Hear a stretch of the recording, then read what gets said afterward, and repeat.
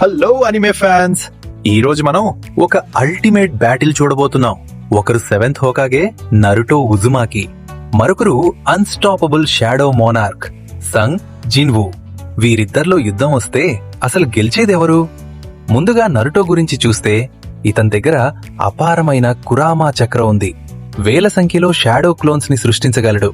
అంతేకాదు రాసన్ షురికెన్ లాంటి వినాశకరమైన దాడులు చేయటంలో ఇతను దిట్ట. ఒకవేళ పరిస్థితి చేజారితే తన ప్రాణాన్ని సైతం లెక్క చేయకుండా బ్యారియన్ మోడ్ ఉపయోగించి దేవుళ్లనైనా గడగడలాడించగలడు. ఇక సంగ్ జిన్వూ విషయానికొస్తే ఇతను కేవలం ఒక యోధుడు మాత్రమే కాదు, చావుని శాసించే షాడో మోనార్క్.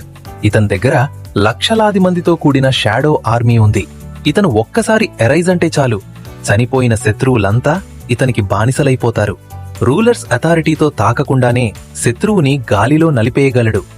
ఒకవేళ వీరిద్దరూ తలపడితే నరుటో వేల సంఖ్యలో క్లోన్స్ ని పంపిస్తే జిన్వూ లక్షలాది మంది నీడ సైన్యాన్ని దింపుతాడు. నరుటో తన స్పీడ్తో జిన్వూని కొట్టడానికి ట్రై చేసినా జిన్వూ షాడో ఎక్స్చేంజ్ ఉపయోగించి ఎక్కడికైనా టెలిపోర్ట్ అవ్వగలడు.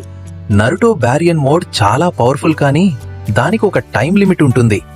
నా అనాలిసిస్ ప్రకారం నరుటో ఎంత శక్తివంతుడైనా జిన్వూ దగ్గర ఉన్న అంతులేని సైన్యం మరియు టెలిపోర్టేషన్ పవర్స్ ఒక అడ్వాంటేజ్ ఇస్తాయి. కానీ నరుటో సంకల్ప బలం ముందు ఎవరైనా సరే తలవంచాల్సిందే. మరి మీ అభిప్రాయం ఏంటి? నరుటో గెలుస్తాడా లేక సంగ్ జిన్వూనా? కింద కామెంట్ చేయండి. మరిన్ని యానిమే అప్డేట్స్ కోసం anime_telugu_127ని ఇప్పుడే సబ్స్క్రైబ్ చేసుకోండి.